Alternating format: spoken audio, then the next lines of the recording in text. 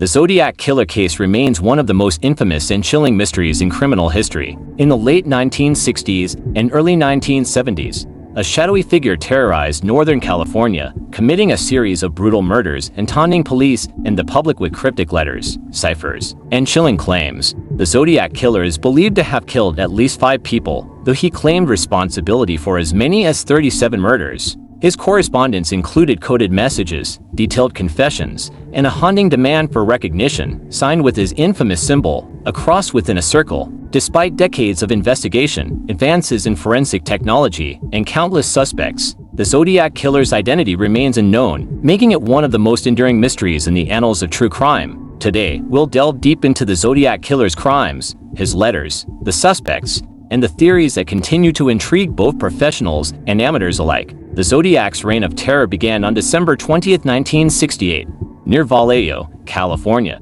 High school sweethearts Betty Lou Jensen and David Faraday were on their first date, parked on a secluded road known as a lover's lane. They were ambushed by an unknown assailant who shot them both at close range. The scene was gruesome and left little evidence, baffling local authorities. Just 6 months later, on July 4, 1969, another couple, Darlene Ferrin and Michael Mago, was attacked in a similar manner while sitting in their car in Vallejo. This time, the attacker used a flashlight to blind them before shooting. Darlene tragically succumbed to her injuries, but Michael survived, providing the first description of the killer as a heavy-set man with a round face. The pattern of couples being attacked in secluded locations was clear, and the killer's modus operandi had begun to take shape. The Zodiac Killer first made contact with the media on August 1, 1969, when he sent nearly identical letters to 3 Bay Area newspapers: the San Francisco Chronicle, the San Francisco Examiner, and the Vallejo Times-Herald. Each letter included chilling details of the murders, proving the author's involvement.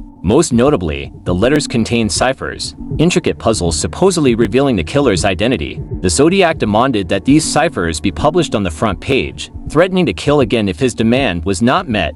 The first cipher, known as the 408 cipher, was cracked by a schoolteacher and his wife, revealing a disturbing message: "I like killing people because it is so much fun." However, the cipher did not reveal the Zodiac's identity, leaving authorities frustrated. Over the years, the Zodiac sent more letters, including the infamous 340 cipher, which went unsolved for over 50 years before being cracked in 2020, revealing yet another cryptic and taunting message. One of the Zodiac's most infamous crimes occurred on September 27, 1969, at Lake Berryessa. College students Brian Hartnell and Cecilia Shepard were enjoying a peaceful afternoon by the lake when they were approached by a man wearing an executioner-style hood, with the Zodiac symbol emblazoned on his chest. The attacker tied them up and stabbed them repeatedly before leaving them for dead.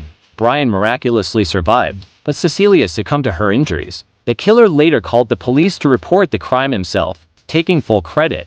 This attack marked a departure from the Zodiac's usual method of shooting his victims and showcased his boldness in directly confronting his targets. The Zodiac's next confirmed murder occurred on October 11, 1969, in San Francisco's upscale Presidio Heights neighborhood. Taxi driver Paul Stein was shot in the head by a passenger who then fled the scene. Unlike previous murders, this crime occurred in an urban area with witnesses nearby. A composite sketch of the suspect, based on eyewitness descriptions, depicted a man with glasses, short hair, and an average build. The Zodiac later mocked the police for their inability to catch him, claiming in a letter that he had been stopped by officers shortly after the crime but let go. Over the decades, numerous suspects have been linked to the Zodiac Killer case, but none have been definitively proven guilty. One of the most prominent suspects was Arthur Lee Allen, a Vallejo resident with a troubling history and connections to the case. Allen was implicated by circumstantial evidence, including his possession of a Zodiac watch with the killer's symbol and his familiarity with the locations of the crimes.